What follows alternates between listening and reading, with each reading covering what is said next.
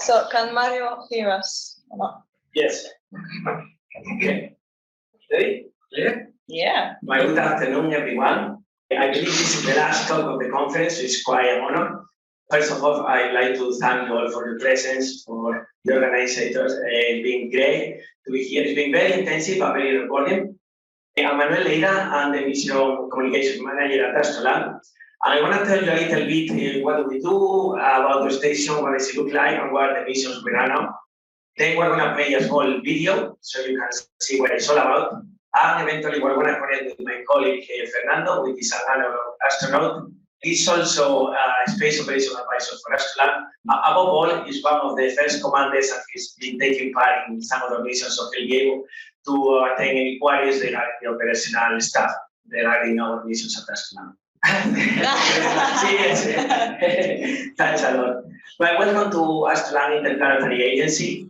Astroland is a private Spanish company, fully funded by Spanish investment, private investment so far. You're more than welcome if you want to help with any financial help. We just want babies. Actually, this comes as the research for so many years, but we actually went live in 2019. A research organization, multidisciplinary think tank, an innovation hub, and obviously we come with the asset of having a permanent subsurface plug-and-play analog station. And when I say permanent, I really mean it, because we actually have been granted the concession of a cave for the next 20 years. Yes. But I like to highlight that because it's actually really interesting and maybe it's quite differentiated from many other analogs. For the next 20 years, you know, so we're talking that we can run emissions for a long months, days, years, which is very interesting because then we can gather really valuable data, especially psychology-wise, that then is turning to knowledge to design upon. Okay, so you are more than welcome to use our premises, run your ideas, your technology, even your own mission, bring your own staff, your teams, or whatever, and I'm sure you can agree on the terms of our collaboration strategies. And this is what we do. As you all very well know, it looks as if the most sensible thing to do for the first human colonists on Mars will be to settle on the ground, no? Using the old Martian laboratories to be protected from the harsh Martian environment. So it makes all the sense to run an analog within a cave, no? Which is the most similar thing to a laboratory. This is actually Fernando, our commander. This is a picture from the very first mission. And obviously we design our own space, well, as standards, to fit this very purpose. So they are actually designed by SNEG in collaboration with Astroland. SNEG is a design university. They are quite groundbreaking. It's actually one piece of material is textile 3D printing, okay? So it's quite innovative, and we also are working on the helmet as well. You probably recognize them because apart from being validated at Astroland, they've been testing at different locations. The people from Chile can tell you all about it. And as we've been playing there with the VR kind of classes, we're actually trying to implement the collaboration with Chile again and the University of Texas, A&M, to turn the visors into a VR steam. So we're working on that. Later during the video, you're going to see different models of helmets because we're improving all the time as we go along. So basically, that's what we do. And the missions analog to Mars are already checking slightly parameters we can applicable to the moon, you know. To develop skills, technology, and protocols testing for scientific research environment that can help towards those first missions going to Mars, but not only to that, by facing the extreme problems that we have to overcome on Mars, we are actually developing new applications that can have a direct positive impact on people's lives right here, right now, planet Earth. Our main objective is to mission future capabilities on Mars that can be applicable to the moon as well. Okay, so this is the station. This is it. This is Ares station. Microphone. See, just ready for a voice check? No. Oh, sorry about that. Right, well, this is Ares Station. Okay, Ares Station is located underground inside a stunning natural cavity in the north of Spain, Cantabria. a place called Arredondo. I need to name it, of course, for the purpose of people watching. It's on 1 mile long and over 50 meters high. So we can fit this college inside the station, so you can get an idea how big it is. Okay? It's isolated for external interference, no human contact. We've been choosing after discarding over 50 caves because this is just, it's not a cave system, it's just one cave with one single way in and way out. So we can prevent intruders and contamination of the station. It's been closely isolated, and this is very important as well, for the sole research conducted by Astroland. Okay, so it's kind of our cave. Now, your cave and all.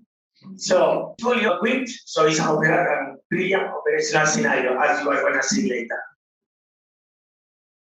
About 500 meters from the main entrance that we call the Asteroid, there is Alpha Base, which is the main habitat. With capacity for 8 members, a fully equipped research lab with 3D printing, hydroponics, water management, gym and leisure areas, living facilities, well, you name it. I don't know if you can appreciate it really, because it's quite dark. I don't know if you can appreciate this picture, but if you allow me the comparison, it's like a Mickey Mouse kind of silhouette, you know? So this being the main habitat, the main dome, which is connected to the ears, you know what I mean? You know, there are 2 smaller domes for the sleeping cubicles, which are bunk beds and welfare and toilet facilities. Obviously, it's a natural environment, it's hostile. We need to take that into account, but it's controlled, and that is really important because what we've been talking along this conference, we are allowed to make mistakes here on Earth.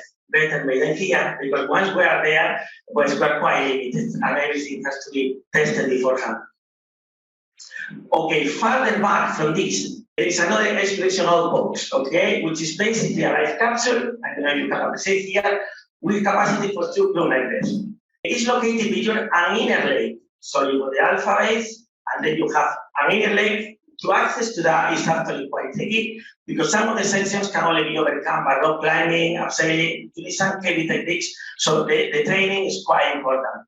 That's very important. And also the approach we give at Astroland is we want to highlight the human factor because it's not just that we test or monitor everything at an individual level, but actually as a team as well. We need to take into account that being underground for the periods of time with lack of natural light, it reaches the circadian cycle. So for long-term missions, that can start, you know, grinding your mind and eventually becoming misbehavior or pursuing something in life. So teamwork is very important for the success of the mission. Once again, it's quite realistic, but control. Style by control, realistic by control. Control is a very important word that you to keep to bear in mind. And obviously, talking about control, all of this is complemented by our own space center, which is situated in Santander Technological Park. It's actually about 1 hour and a half from the gate. In fact, it's 1 hour driving till the last point where you must park the car. And from there to the entrance of the station, you just need to trek for about half an hour, car trekking through the mountains. No quads, no bikes, just trekking is the only access possible. So we monitor everything here. It's a 5-module complex. You can only see a couple of them here, obviously, but with training facilities, research lab, and of course, our mission control center. This is the mission control and the comms operation. Right, we have 6 stations, 5 if you count the Capcom, but it can be easily extended to more. We have plenty of room to fit the specific needs of any mission. But this is kind of a standard way of working. We have established a time delay, a standard time delay of 8 minutes each way. It can also be customized as well. So if you want to come with your team and run a mission at Astroland and you prefer to use another time delay, or if you want to run a more analog mission, we need to tune these things up as well, but it's very easy to do. Well, obviously, as you know, all analogs are only partial, are partly analog, because the real thing will be actually to be on Mars or to be on the moon. But taking advantage that we are not, we can monitor everything in real time. So if anything goes wrong, if there is an accident, for example, we can activate a green card or even implement a full emergency plan, and everything will be evacuated within 2 hours. Our objective was we want to become a testing ground for the future. That's why, you know, the call to act for action. I like you to take this into account when you want to test your technology or run a mission at our premises. To develop protocols, technology, and even though we're just born babies, because as I said, we went live in 2019, considering COVID, we want to be able to comply with the high fidelity standards of any official mission. So far, we have run and accomplished successfully around 15 missions. Unfortunately, we only managed to do 3 to 5 days missions. So we're looking for collaboration. Maybe some of you have waiting lists of other customers and so on to be able to put people there for longer periods of time. As I say, it's very important not only the individual performance, but taking into account the performance as a group, as a team. So we're also looking into a social system because we need to assess as well how these first human colonies are going to be on Mars. You know, that's first settlement, those first colonies, looking into living societies. You know, I think it's something that is worth taking a look or taking a big thought when it comes to that. And obviously, we are not alone. We couldn't do this without the help of the integration with academia. We're also working in collaboration with several universities, research scientists, research centers and groups, hopefully with many of you as of now, to help us assess all the data and implement the new protocols that you might think are relevant. Okay, well, as you can imagine, it's a unique testbed for reproducibility testing and troubleshooting. Because then again, it's a realistic but controlled environment. And if you remember, I mentioned the inner lake. Well, this is another asset that we might not encounter on Mars. Definitely, it's something to look at because we count on the unique Ares biodiversity, okay? Which that give us the opportunity, allow us to put into practice the protocols for life searching. Environmental social conditions that have to be assessed, indicators like fossils, footprints, remains, cells, and feces, and of course, living organisms at a macro and microscopic level. Talking of which, as you can imagine, astrobiology programs is one of the main lines of investigation. It's fundamental for the third part of the training and investigation. And we're working on in projects like, for example, developing biotechnology to capture CO2 in low-intensity conditions that would contribute to adopt new strategies to reverse global warming from a different perspective. Also, the direct use of cyanobacterial cultures for the absorption and for fixing the CO2 could be implemented with the treatment of wastewater as a culture medium with the aim of obtaining secondary products and bioplastics. And as an example of this, we are continually running experiments to make a compost after the toilet waste that then is going to be turned into bioplastic and eventually make filament for the 3D printer for there. Because what we want is to create a circular ecosystem without the need of relying on any terrestrial resources. Be autonomous and self-sufficient.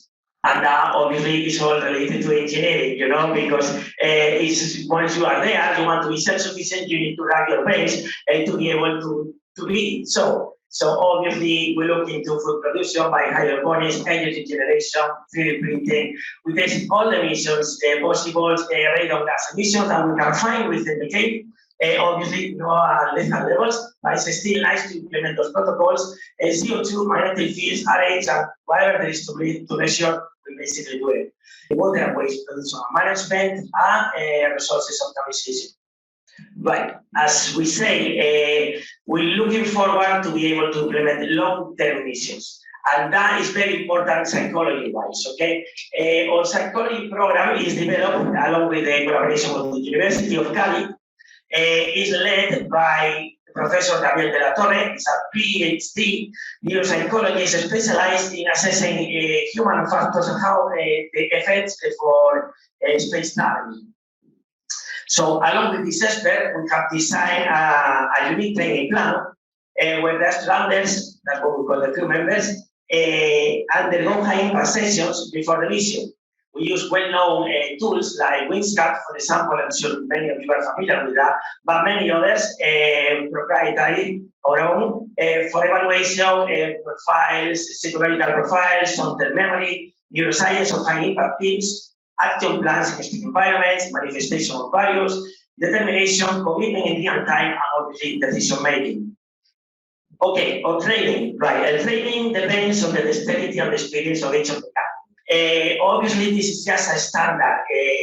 We have no problem whatsoever if you want to implement a new training, if you want to run a mission at the premises, and you will decide upon implementing any other type of training. But for you to get an overall idea, for a 3-day mission, this is our standard training. So everything started with a 3-day online training at our Astroland Virtual Campus, where all the candidates are assessed with the psychological profile, the dexterity testing, short memory, and so on, the space memory as well. Well, different tasks is actually not a missing process, but they are training onto that.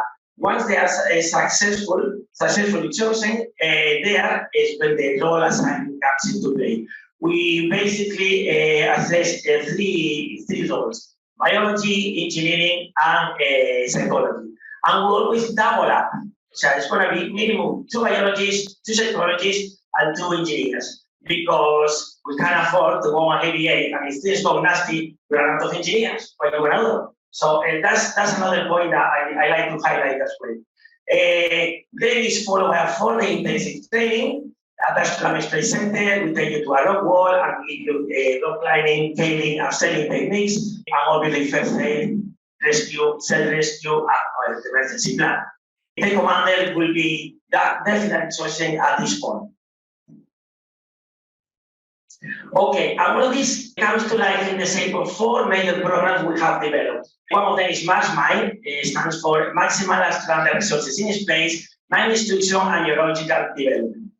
Right, this is everything to do with the psychology and the human factor that I was telling you about. Okay, this is just as an example. We're very deep look into that cycle, or some people prefer to call it triangle: thought, emotion, action, the level of consciousness and unconsciousness. How can we control that?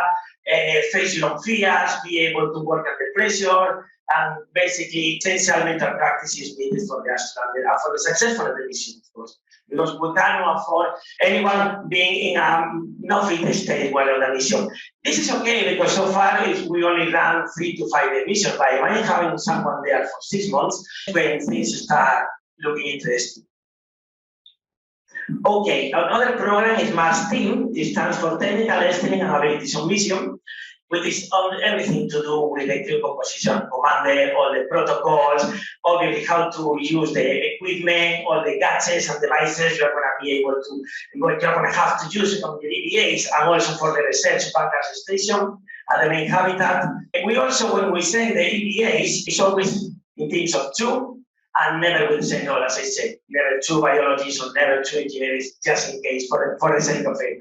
Obviously, all the airlock protocols and the teamwork when it comes to tuning and nothing, but it requires collaborative work. You cannot do all your own spacesuits, you rely on someone else.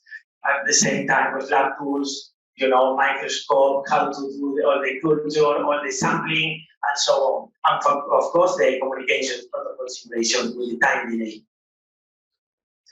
Then we come into Max XFIT, which stands for Exercise and Food Intensive Training. This is all related to food, hygiene, sleeping, exercise, leisure, and fun. Because it has to be fun. A happy crew is a productive one. So we need to look into that as well. Also, our team of nutritionists design ad hoc diets based on medical records and specific needs for each of the members of the crew. Not just for the medical record, which is very important, but also depending on the role and the performance. Some of them are going to need more calories than others. So all of that is assessed before, during, and after. That always is complemented with some physical exercise routines that must start just when we start with the 30 days campus. As long as you start your training, you need to start with your diet. You need to keep going during your mission. Fortunately, it's fish diet. Lyophilized food, which is not the tastiest, but it has to be done after the mission. At least 1 week after the mission as well, you must follow these routines. We have been told that some people actually implementing this on their daily life because they feel healthy. Finally, we're going to Augmented Humanity, H+. This is a term coined by Astroland as a nod to augmented reality. In the same way that augmented reality superimposes things on your visual kind of campus, we want to superimpose some values, some principles of Astrolanders. Because as we talk here, there is no point in going to Mars to make the same mistakes we made on planet Earth. So we need to go there, lesson learned, and for that, everything we do is within the SDG framework. So sustainability, awareness, zero waste tolerance, and planet Earth consciousness, because for us, planet Earth is always going to be planet A. Then we look into the anthropocene, and obviously singularity, what's the future going to be, especially with the development of genetic editing, like tools like CRISPR-Cas and so on. Well, I think it's enough. We've been here for a long time, so let me just show you a small video, hopefully it plays in a minute. I have to say that this video is short, so I won't take long. It's made up of some clips from real missions, so we decided actually to do the raw, so you know what is the real stuff, okay? But I have to apologize beforehand in case you hear something, swearing, or some of the Astrolanders when they are under pressure, or over excited when they accomplish the mission. Let's see if it works. It looks like it.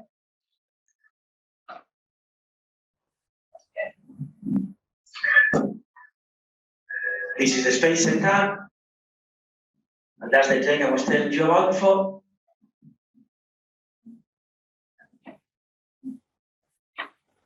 That's the main entrance of the cave, which is isolated, restricted area. Wow.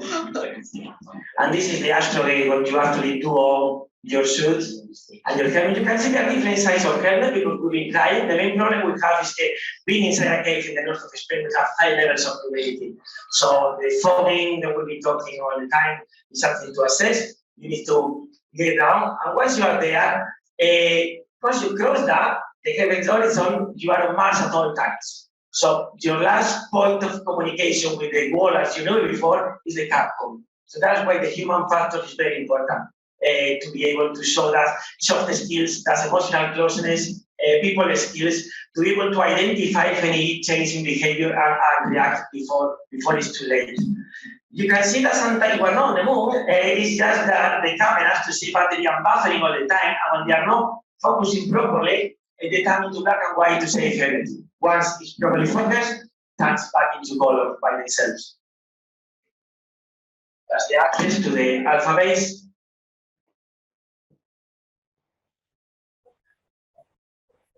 Cool. You can see the 3D printers on the back, microscopes.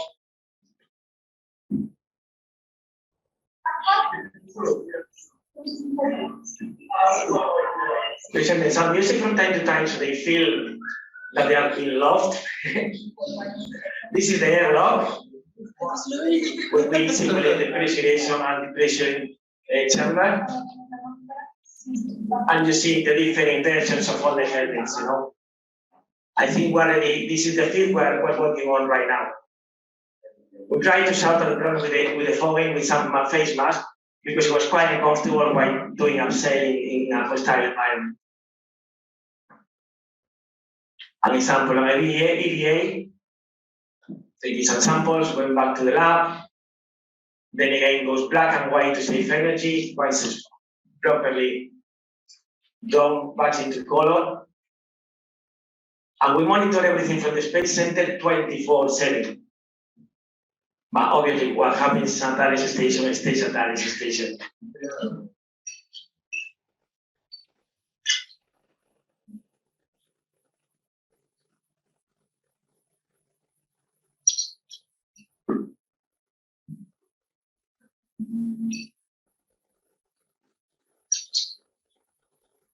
It's not easy. No, it's not. They are reaching, you know, the Explorer's Bay, which is the life capsule I was telling you, just beyond the lake. And well, it requires some skills, so the training is very important. Obviously, to be in a good shape and mental health, so that's assessed obviously during the virtual campus with the psychology and human factor team.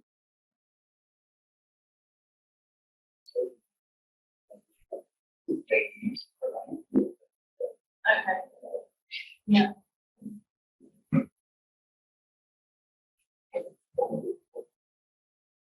Sampling for the biology program. I have to say that actually it's remarkable how little is known about underground spaces. So we're looking going to Mars, but there is still a lot to be known about planet Earth. Actually, we have discovered, or we think we have discovered, a new species of amoeba, and it's all ready to be assessed for the corresponding expense before publication. But we'll keep you in the loop. This is the farewell message, just before leaving the station. In a way, yes. I can tell that they don't know each other beforehand, and when they come back, they are soulmates, they are friends forever. And then you can appreciate that it's actually an emotional kind of, motivated music as well. That's Fernando, the commander of the mission, and the analog expert that we're going to join later, and finally the exit. They're looking forward to get out, but then they miss it. That's the feedback we're getting. They're looking, where can I join another mission? And I don't know if you can appreciate it, but when you finally see, especially if it's a sunny day, it's like mind-blowing, Well, this is it. I have left some business card there for contact details, but we're on the same database. And now I'm going to pass you on to Fernando. Fernando, are you there? Commander, do you copy? Mission control, can you hear me? Yes, copy that. Right, on to you, mate. Cheers. Good to hear you, Manuel. So I don't know if the audio is good enough. Actually, I have some issues here trying to understand what you are saying, but hopefully you can hear me properly. Okay. Let me see if you can see on the screen so we can see you on that. Everyone, it's a pleasure for me to meet you virtually from here, from sunny Madrid. I know all of you are very hungry at the moment. I have as well a flight to take in 2 hours, so it will not take long anyway. But I'm sure you have already squeezed in these 2 days all the content from Analogue missions, for sure.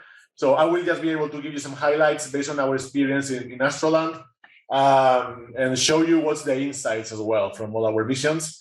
Let me start sharing as well the screen. I think I'm not allowed to. It says... Give me a second. Yeah. We're working on it. 1 second, man. I didn't want. Give control. I have to go from my computer. Give me a second. We're not ready to pause now.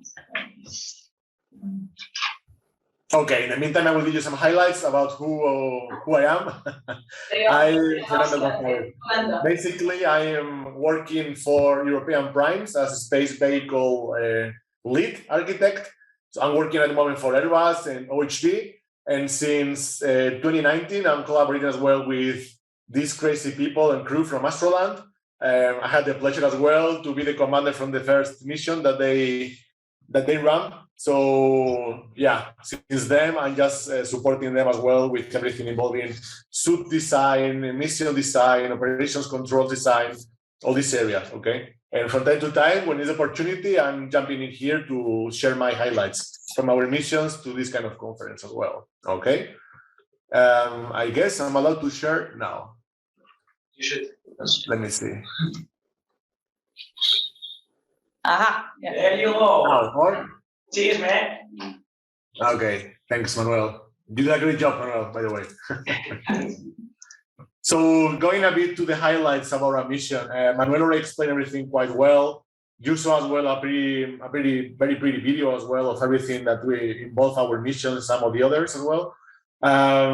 This is a layout of the cave, okay, where we were involved here for all these weeks.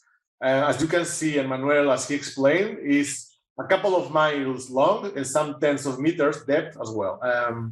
You see the distribution more or less is quite stiff. It's a very difficult place, I must say. I was as well involved in other missions in some other environments, but this one I have to say was one of the roughest ones. You see the entrance here on the top right side. All these areas is full of stiffness. It requires ropes. We learned climbing for some days before entering into the cave. And then you see when you arrive to the first dome, it's already more than 1.2 miles, more or less. And this is your main area where you stay. You have already went through all these kind of slopes, climbings, but then you have another half of cave also, when you have this small second capsule and the lake at the end, okay? So the cave is quite impressive, I must say. There are some areas, as you can see here on the left side, that is not represented, but it's not, let's say, explored. So still there's some area that we were not able to explore because of the height, of the difficulty of the environment. So the place is quite impressive, I must say, okay? So more or less you see the layout. Where are located the two different domes, the biggest one, the RS station, and the smallest one. And the lake at the end is a place full of water and where you can do as well some experiments. So the area gives you a lot of opportunities, okay, of exploration and to manage to start improving your geology, engineering aspects representative to these kind of missions, okay? This is one, I think Manuel will show some of these images, but you can see the impressive environment you got, okay? These lights are installed by the Astroland guys, these red lights, otherwise you'll be totally black inside. It's not, you can imagine staying here for some weeks, it really drains your motivation, your energies, the smell of the place, the temperature, so it's really rough, okay? It's a real place where you feel isolated. Obviously, it's not something like the Antarctica, where it's the best place where you can do this kind of analog experiments in terms of psychology, isolation, but still it's really impressive. And of course, you have to learn to handle all these slopes. The area is very sharp, it's very dangerous in general. So it's not allowed for everybody at the end. You have to be fit, you have to be experienced enough. And it's, in terms of wounds and getting hurt, it's quite easy to get happen in this place, okay? So at the end allows you to experience something really close to what will be in the future in some of the caves or even the moon of Mars. Manuel already showed this picture, but you can see the darkness, okay? You need to use your lights the whole time.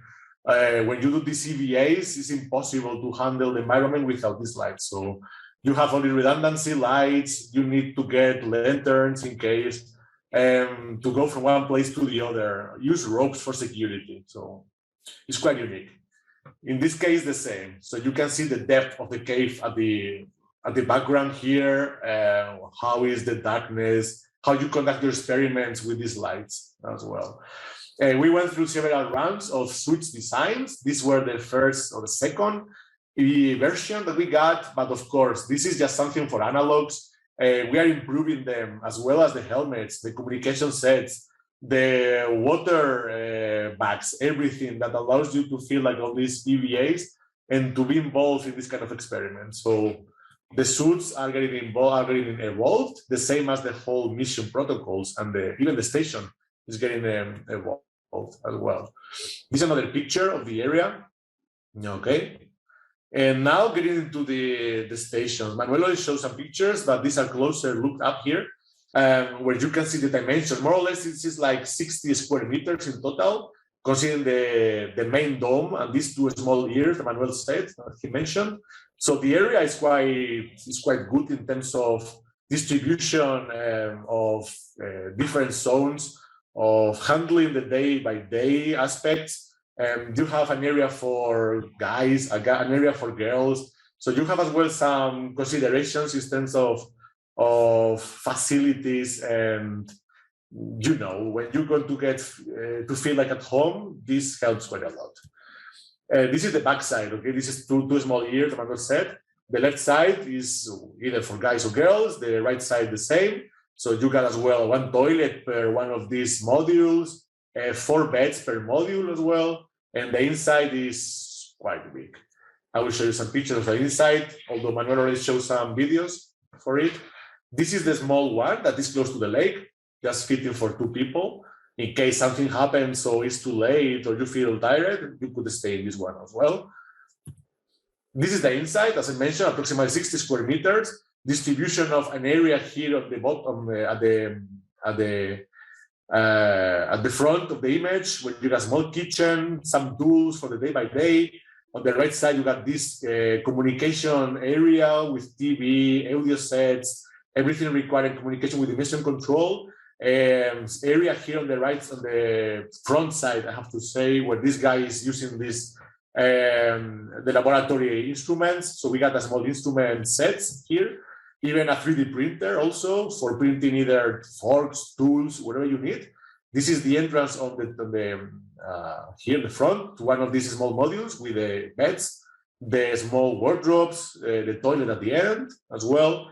This is the community area where we all got to stay in the evening, contacting with mission control.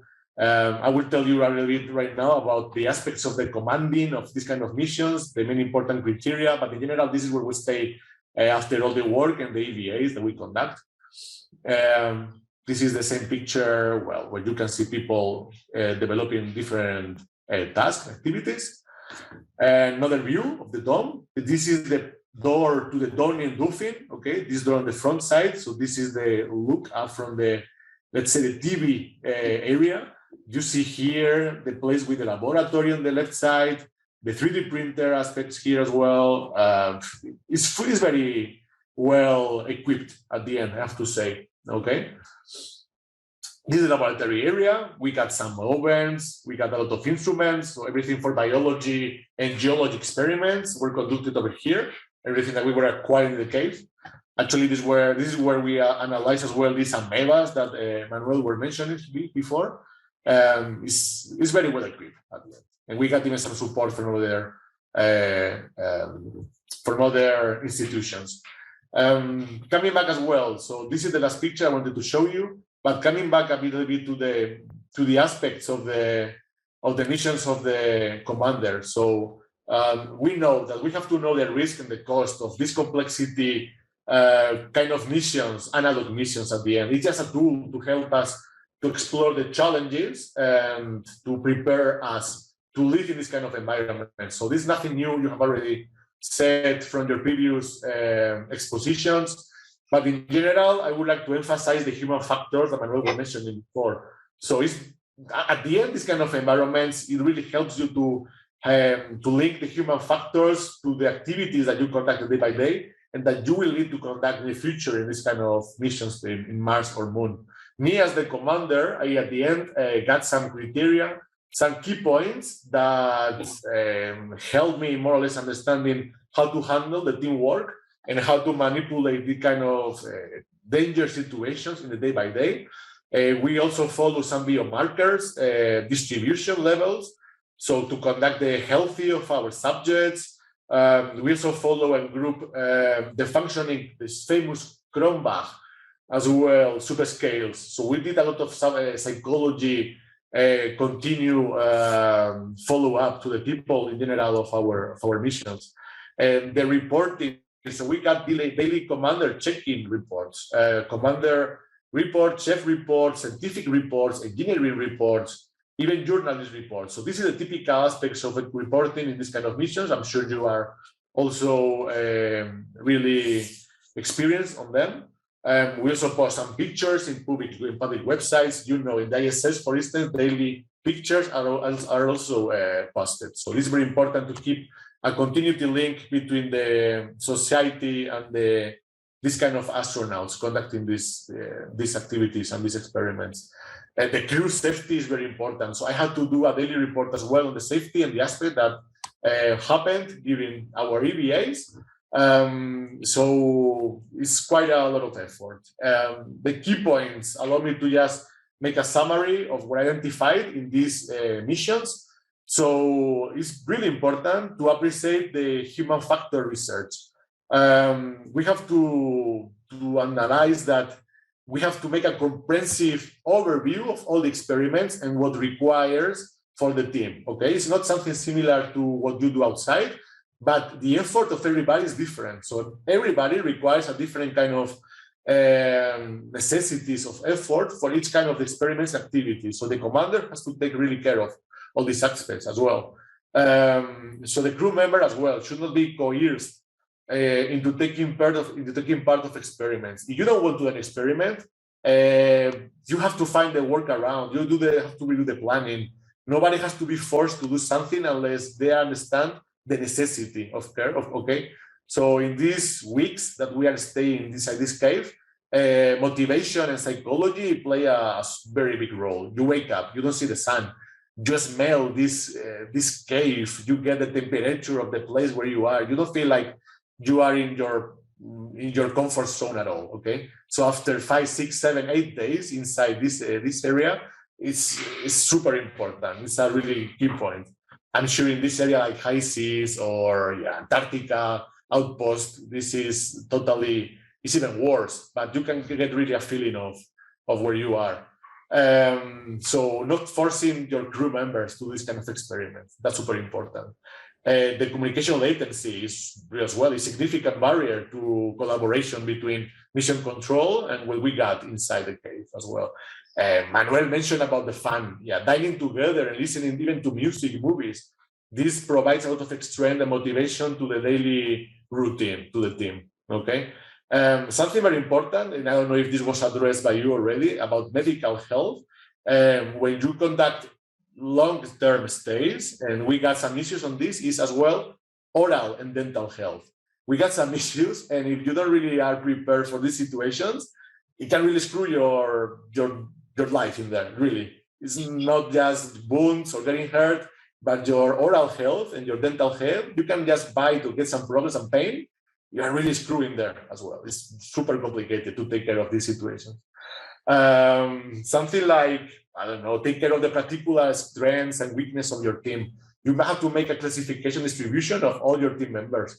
You have to follow up everything that happened to them in the day by day. So the role of the commander at the end is sometimes quite stressful, and more or less after 5, 6 days, you can really start understanding that you need to take care of your team the proper way, otherwise everything could be really screwed up. Okay. It's already 10 to 2. We can more or less finalize. You send some questions as well about everything that we're doing there. I would be happy to reply.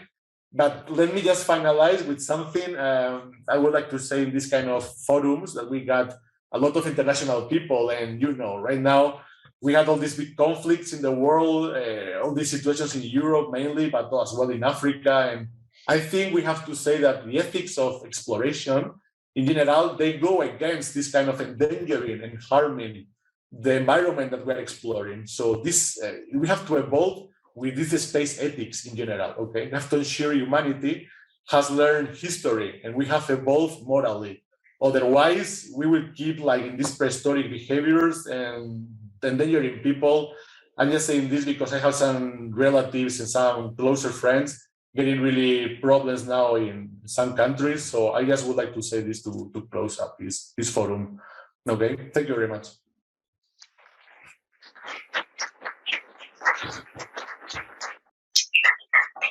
I would be glad to reply to any questions. Manuel as well, anything you need, yes. Thank you very much, Commander. Let me just add something else to finish, and then you can ask any questions, any further questions.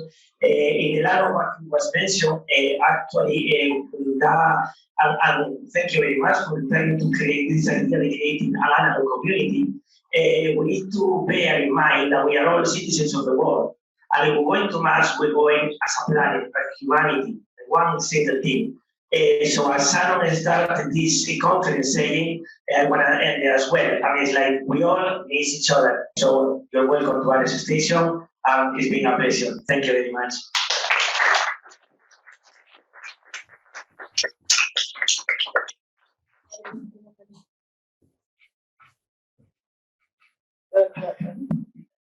Yes, I'm just waiting. So I have one question for you, one question for you, one for Fernando.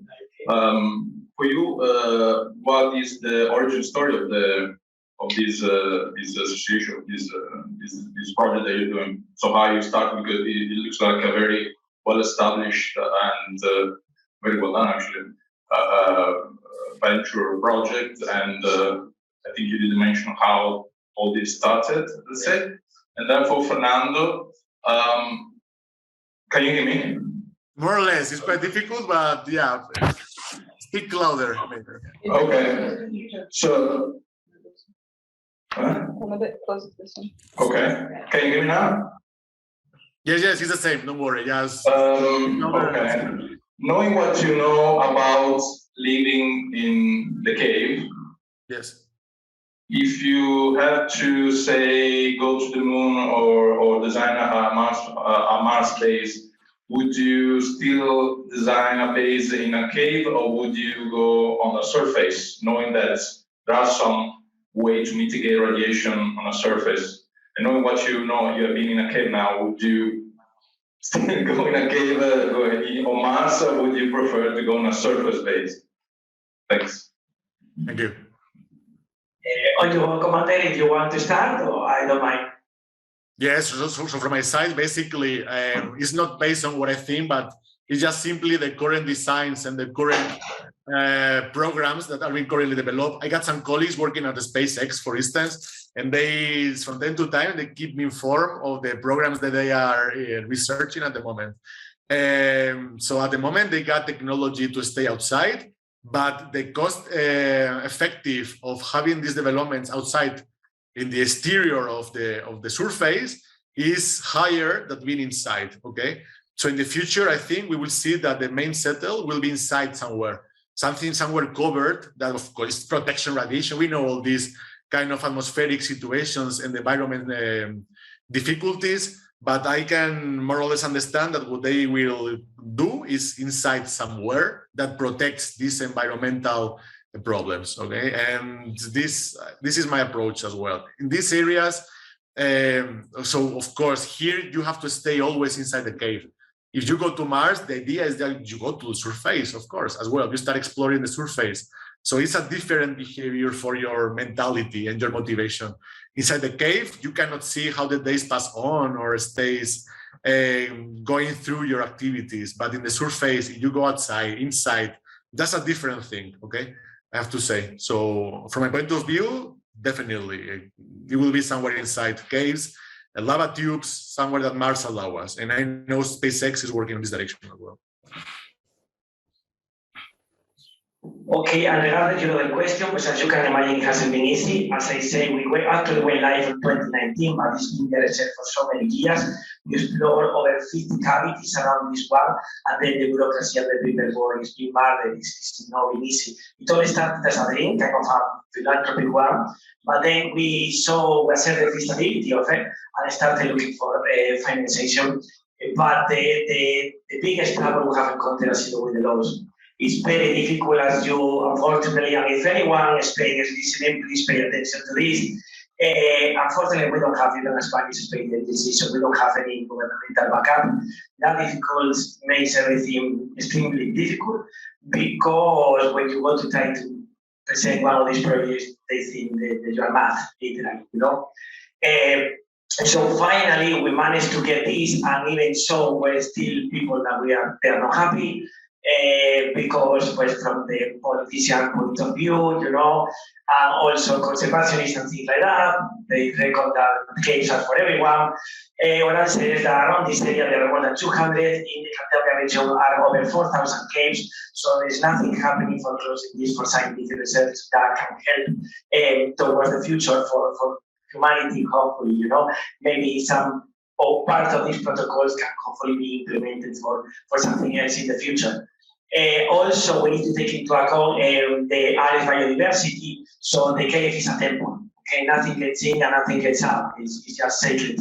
So, for example, at the very beginning, we wanted to close it all down. No, the main cave you saw was actually designed to be just like a fortress, but it was a colony of bats and so many other kind of little people living there. So we need to take that into account and left a small gap, which unfortunately through that small gap, we have encountered some attempts of intruding, but obviously because it's very well designed, they didn't manage to succeed. So we're quite proud when it comes to that.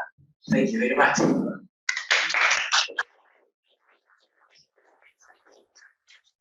I don't know if there's any other questions.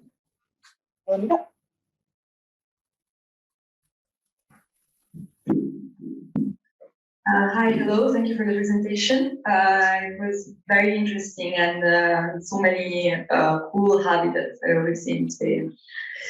So my question was about the NCC. I was wondering who is in the Mission Control Center. So are those ex-crew members? Are those people from the mission? Is it a stable NCC, or are people that change every mission? So how is it organized? And then I have another one small question, which is, can you contact Earth from the base? Meaning not only the Mission Control Center, but did you implement any communication with like family of the astronauts, and yeah, both ways, yeah. So you can from the station to the control center and vice versa. Not only, but also with the families. No. They are totally isolated. If they need anything, they need to pass a message on the control center, and control center will communicate the families. And actually, thank you very much for reminding me that, because it's something that I was planning to say, but it escaped to my mind, okay? Yes, it's people that work there for the purpose. Actually, I'm lucky enough to be one of the Capcoms following a mission, and the other people working at the front stations, they are trained for the purpose. We round at the clock, so we take shifts, but it's mostly the same people. Sometimes it haven't been the case, but want to run a mission at a station and you're more comfortable bringing your own team or your own Capcom, we have no problem with that whatsoever, and I'm sure we can agree on the terms of collaboration. But yes, it's people trained for the purpose. I think Ben just had some news. Yeah, so you mentioned the Spanish Space Agency. Yes. Just formed the space agency a couple days ago. Right? I'm not, I saw Sorry, you call me, no, you need to come closer. Sorry. Yeah, so you mentioned the Spanish Space Agency and how there isn't a space agency. I think they just came up with one. Well, that's the name, I think it's propaganda. Sorry about that, but that's the case. Everyone wants to be in the picture now, but from that to implement something like in Spanish, it's going to take ages. I'm fairly aware that there are no funds for that. So it's just, kind of for the gallery. Hopefully, I'm totally wrong, and I wouldn't mind to say sorry and take everything back. But I think that the situation is like this. In fact, I have to say that the Catalan people in Catalonia, which is the east side of Spain, is a small area, maybe known for Barcelona, they are already taking advantage, and they are kind of considering consolidating their own Catalan space agency. And I think they've been granting 90 million already, which is crazy. How can Spain cannot do it by themselves? Catalonia, our son, can do it. So, yes, yes, probably because of that, because the Catalan people, which are afraid of us, and we're all part of the same country, the politics, independence, that happens everywhere. But when it comes to the research, we all work together. And when they say with these news, and they have already funds and they contact ISA and so on, is when Spanish government, step and say, hey, no, we are on, I think they are kind of Chinese whispers so far. Hopefully I'm wrong, Hopefully I'm wrong, and next time I meet you, I say, here, guys, I cock it up, and I have to take your luck, but I wish. But thank you very much for reading for Thank you. Okay, so we're going to wrap the up. one or just lunch, maybe, we're all tired. So this lunch, I think you guys can smell. Yes. But obviously, we'll do some group pictures. But first lunch, then I come and disturb every one of you one by one to some pictures. Thank you, Fernando. Thank you, Mario. Okay, thank you very much. I will leave you now. I will